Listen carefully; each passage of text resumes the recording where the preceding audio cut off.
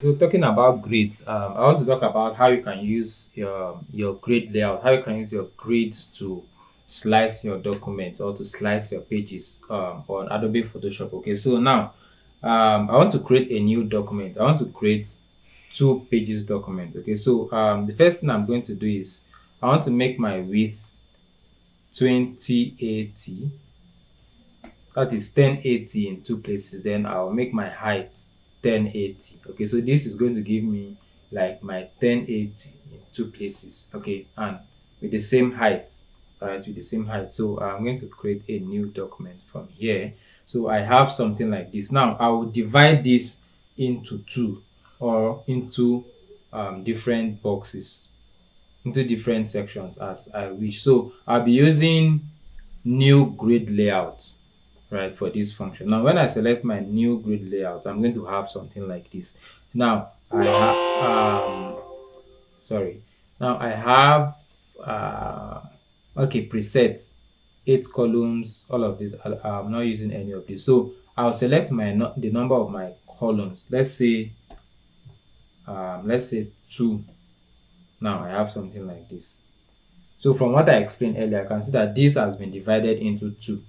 Okay, now if I want to make this, let's say 4, I'm going to have something like this into 4 places. Okay, so let's use 4 for example, or for this tutorial, let's use 4. Now I can still break it by the time I activate my rows.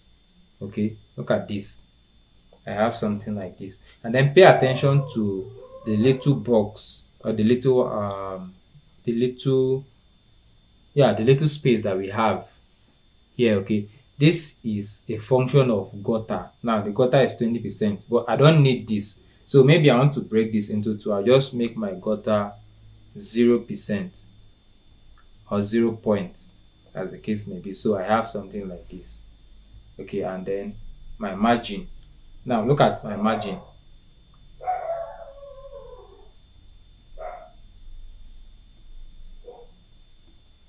Now take a look at my margin. I explained in my past video that in design we always leave spaces at the edge. We don't um, put vital informations. Vital. We don't put vital information at the edge of the design, such that so that when we print or when we do screenshots, we'll not be losing those valuable information. So this is what margin helps us to do, and then it's at 20%. If I should increase this to, let's say, 50 now, I'm going to be having something like this, but let me just leave it at 20%. Okay, but for what I want to do, I will not be needing this margin because it's going to trim them off. I'll be using these guides to trim what I want to do, so I will not be needing the margin, because by the time I'm done, it's going to trim this for me, and there will be excesses that I will not be needing those excesses. So I'll just remove the margin, and I'll be having something like this. Let me also remove the rows. Okay, so we'll just be using the columns. Now I'll click on OK. Okay, so by the time I have something like this, and I'm creating a carousel, let's say what are we creating now? Hello, welcome to Photoshop. Let me use this font. Let me use Vanguard. Okay, this one is a header font that I like so much. Okay, so let me have something like this. So mostly see carousel designs like this. So we have hello, welcome to Photoshop. Let me bring in an image. Okay, let me bring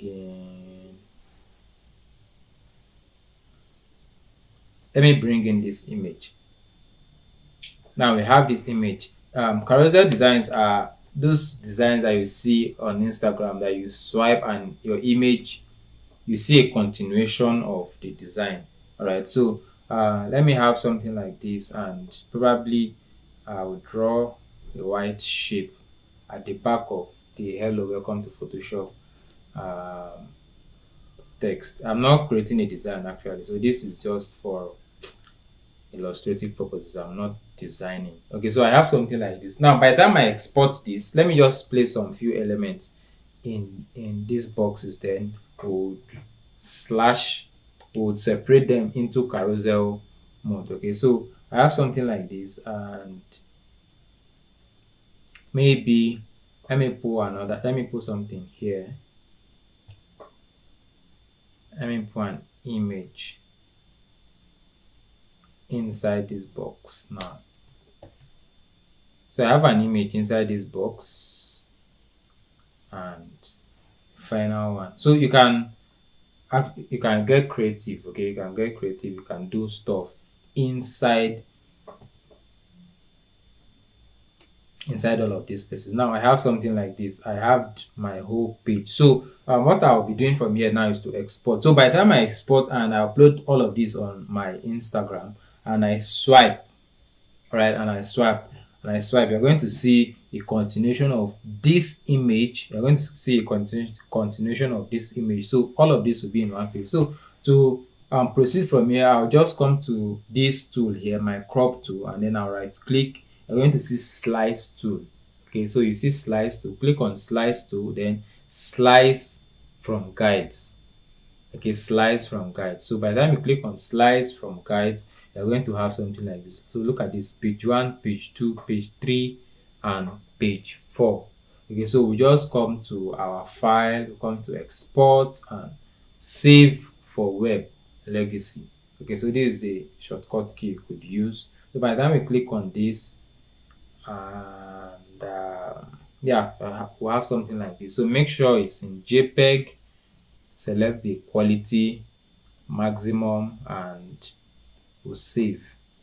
Okay, so it's going to ask me to select the location that I will be saving. So I'll save inside downloads. There's no name, so let me use test tutorial. So I'm saving inside my downloads, so I just save now. Now by the time I go to downloads, I'm going to see this. Now look at this. I think we can see my screen from here. So look at this. We have this. This is the first page. Yeah, this is the first page. Look at this. Look at this. Look at that.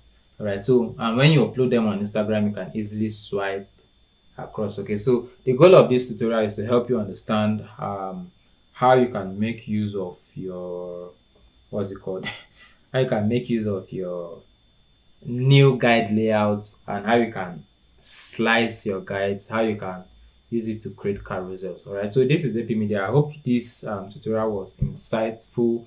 I hope you learned a thing or two. Right, so like this video, share this video. If you have any question or if you have any question, please drop it in the comment section, and we'll see you on the next one. All right, thank you.